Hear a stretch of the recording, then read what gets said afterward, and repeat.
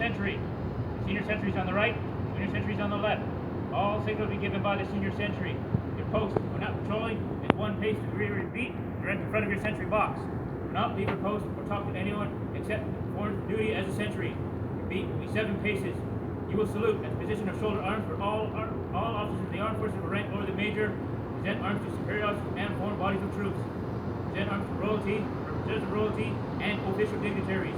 Control your beat, soldier manner at all times. Have your question number 1. No, Master, over there. Have your question number 2. No, Master, over there.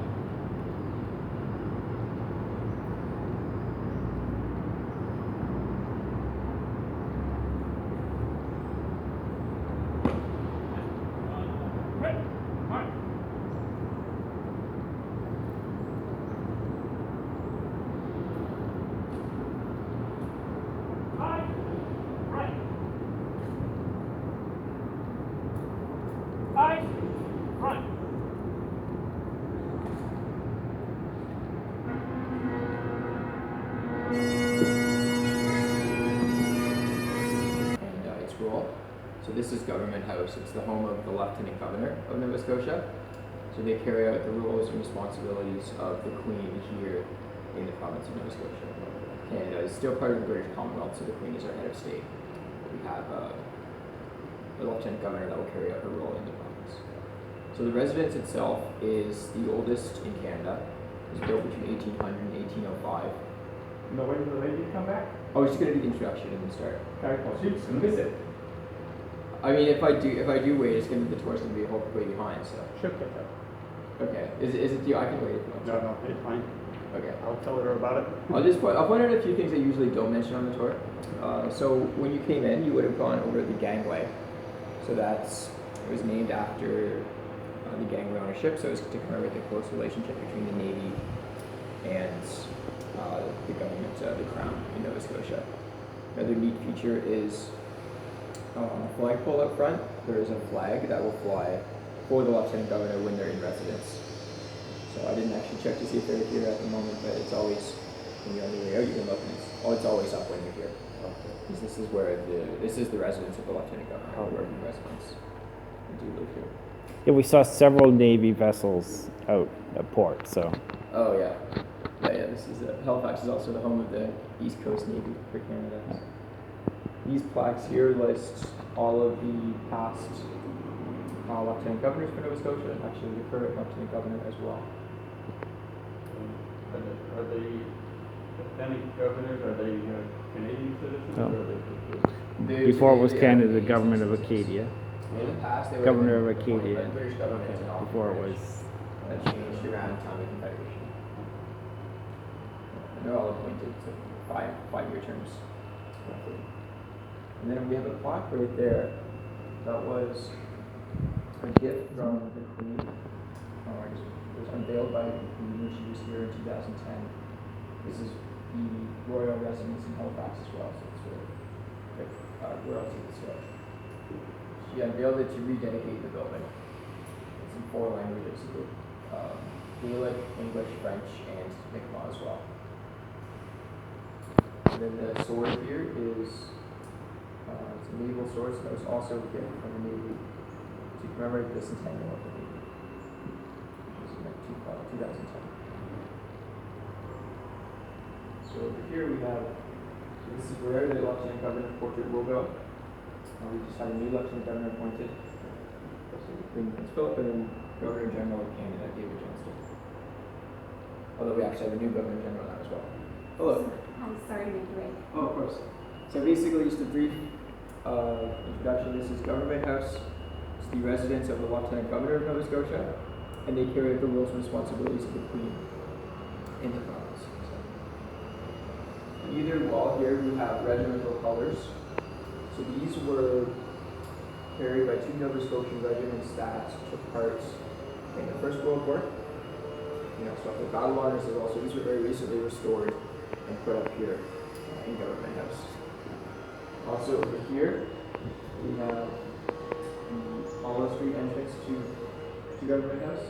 This actually would have been the main entrance until about 100 years ago, and then they switched it to Hollow Street because during the First World War there was a number of brothels that opened up along Hollow Street. guests didn't actually want to come visit because of all the brothels along the street, so they decided to switch it to Barrington so people would come back.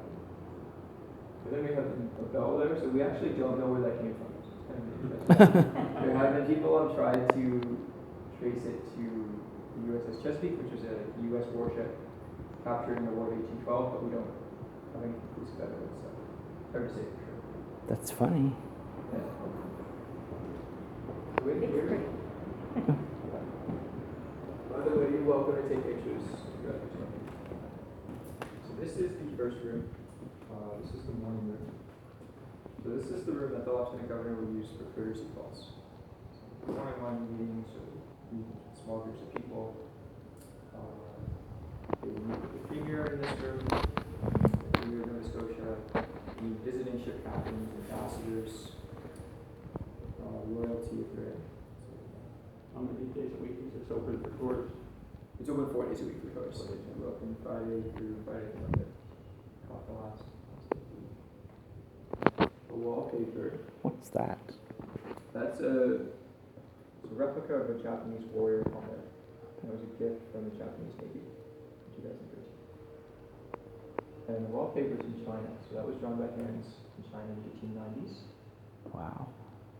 It's stained wallpaper. Were shipped in square tea chests, each panel, and then each panel was put onto the wall individually. So they're matched up almost like a Jason puzzle. So next we'll head to the drawing.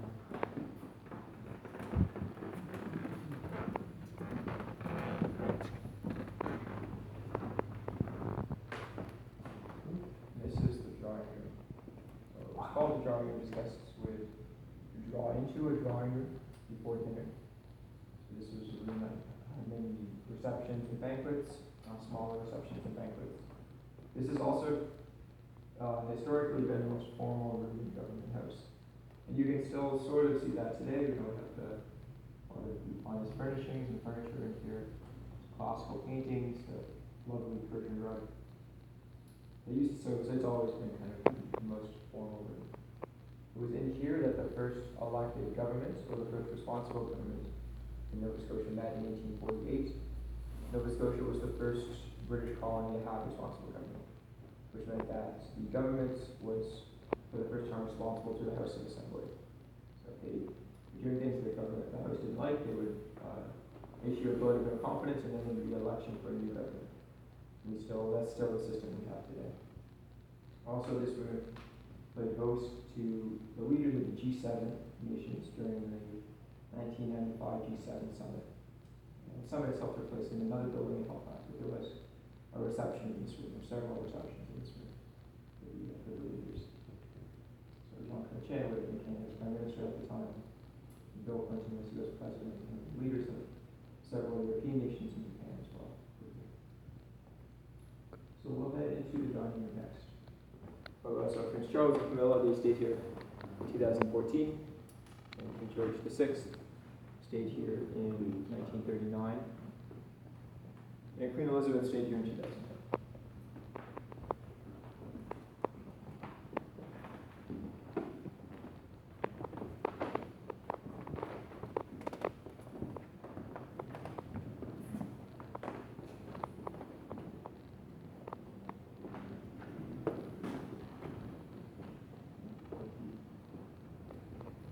This is the dining room, of course. Now, the dining room table here is the only piece of furniture original in the residence. So it's been here since